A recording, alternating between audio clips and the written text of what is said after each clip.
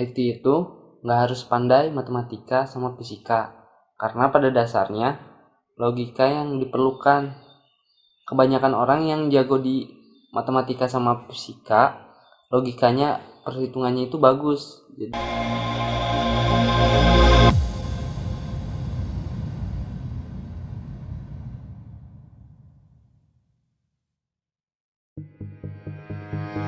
Oke guys, ketemu lagi di channel saya Jika Zama. Kali ini saya akan membahas seputar jurusan saya sendiri, yaitu jurusan IT.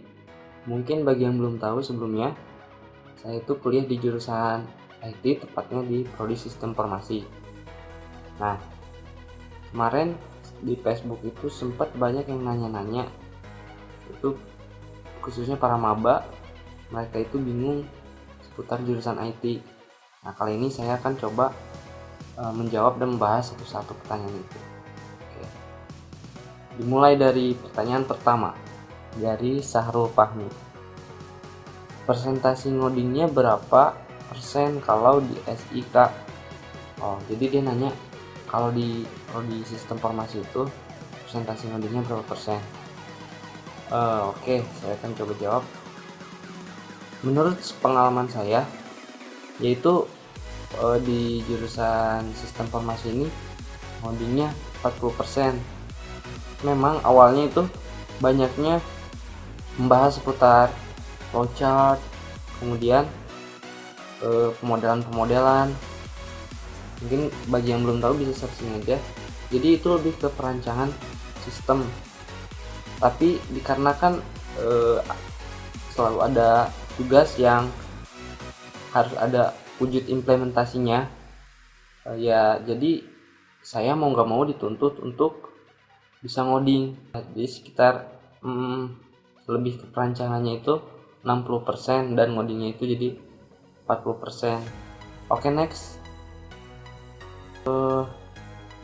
Ngodingnya banyak bang, ini sama kayak tadi ya, udah dijelasin. Jadi persentase ngoding dan perancangannya itu 40% banding 60%. Kemudian ada lagi, banyak temen dari SMK kak. Temen dari SMK banyak, bahkan ada jurusan dari jurusan TKJ dan RPL juga.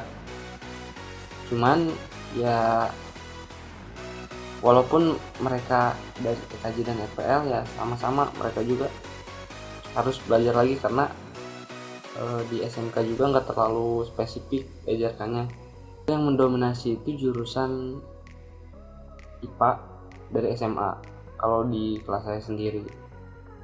Kemudian next, kalau IT harus pandai di MTK sama fisika ya kak, dari titik oi.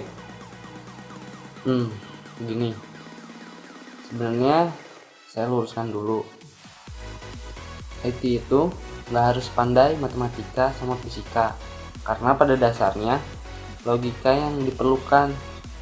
Kebanyakan orang yang jago di matematika sama fisika, logikanya, perhitungannya itu bagus. Jadi banyak yang mengasumsikan kalau jago matematika sama fisika itu bisa jago ngoding.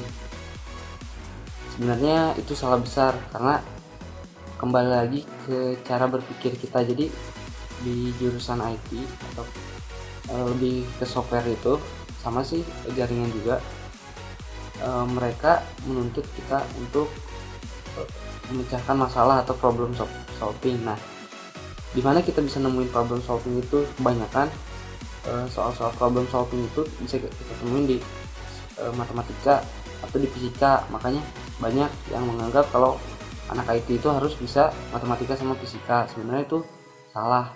Jadi yang harus bisa itu kita logika atau cara kita memecahkan suatu permasalahan yang ada. Terus ada lagi, kak, IT itu ngodingnya pakai bahasa apa ya? Kalau ngoding pakai bahasa apa sebenarnya banyak.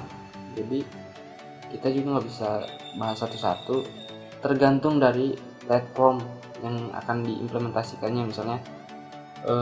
Misalnya web itu bisa PHP atau Python atau Kalau Node.js itu. Nah, kemudian untuk desktop mungkin bisa Java, C Bash, C++, dan kalau Android Java, Kotlin, masih banyak lagi. Jadi bahasa itu tergantung dari platform yang kita implementasikannya. Tapi kalau di saya sendiri itu karena web, jadi kebanyakan yang pelajari bahasa pemrograman PHP. Oke, next, cara kerja algoritma Edmond Blossom gimana bang? Saya juga kurang tahu sih, kurang mendalami soal algoritma Edmond Blossom. Cuman sepintas pernah saya baca. Jadi algoritma Edmond Blossom itu seperti penyajian data statistika. Jadi diperlukan untuk menyajikan data-data statistika. Nah, digunakan algoritma itu untuk lebih dalamnya lagi bisa di searching atau mungkin correct me if I wrong, bisa di komen di bawah. Kemudian ada lagi dari Teguh Samodra, apakah jurusan sistem informatika matematikanya banyak seperti jurusan IT? Ya, itu tergantung di prodi sama kampusnya sendiri ya. Kalau mata kuliah di prodi saya itu ketemu matematikanya ada 3 semester. Itu kurang lebih mempelajari tentang statistika sama matematika dasar.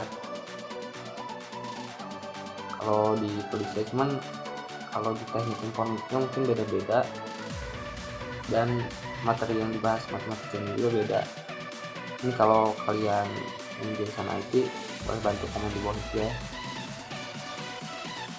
Terus ada lagi yang nanya Ayi Mukti, rata-rata di IT mayoritas cewek atau cowok? Sebenarnya ini sama juga ya, tadi kita nggak bisa samain, soalnya gimana tergantung dari universitas, kampus, atau begitu sendiri. Kalau untuk di kelas saya sendiri itu lebih banyak cewek mendominasi, kita cowok 12 orang dan ceweknya 18. Next, dari Aryani Wardani, bang, cara cepat menghafal beda bahasa pemrograman satu dengan yang lainnya apa? Nah, untuk menghafal sendiri yaitu sebelum kita menghafal, biar mudah itu pasti kita harus pahami dulu kan. Nah, pahamin dulu satu-satu, intinya ngertiin dulu satu-satu bahasa pemrograman yang mendasar, nanti kita bakal menguasai yang lainnya. Nah, bahasa pemrograman yang mendasar itu seperti apa? Seperti kita mengoutputkan data, menginput data, kemudian melakukan operator logika, melakukan operator perhitungan, terus pemilahan seperti if else dan pengulangan. Nah, itu kan operasi-operasi atau yang dasar-dasarnya.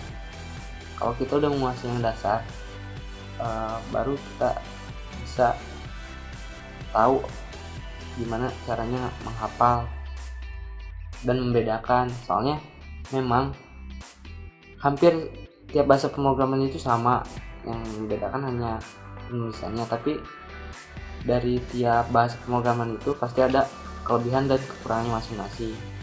Jadi balik lagi, kalian pahamin dulu bahasa pemrogramannya, pahamin dulu dasarnya, nanti kalian bakal ngerti dan bisa ngebedain. Nah, ini ada lagi dari Naufal Yufaki, gimana cara bagi waktu belajar di perguruan sama di luar? Jadi gini kan, di perguruan belajar Japanya dasar tuh. Nah, saya pengen fokusin ke website HTML sama JS, sharing ilmunya ya kak, terima kasih. Oke, sebenarnya sama ya, bagi waktu, manajemen waktu itu gimana kitanya lagi. Soalnya saya kuliah di Politeknik, jadi itu benar-benar padat dari Senin sampai Jumat. mungkin ya beda lah sama universitas yang ada waktu kosong. Biasanya saya itu dari pagi, hampir setiap hari dari pagi. Nah, gimana caranya ngebagi waktunya? Kalau dari pengalaman saya ya, jadi saya selalu ngerjain tugas-tugas yang ditugasin buat di rumah itu usahain di kampus. Jadi kita punya waktu lebih, waktu di rumah. Waktu itu juga pas semester 1 memang saya mata kuliahnya tentang algoritma, tapi itu yang dipelajari Pascal. Nah, saya benar-benar pengen bisa web. Jadi dari semester 1 saya itu ngambil start untuk mempelajari HTML dan CSS.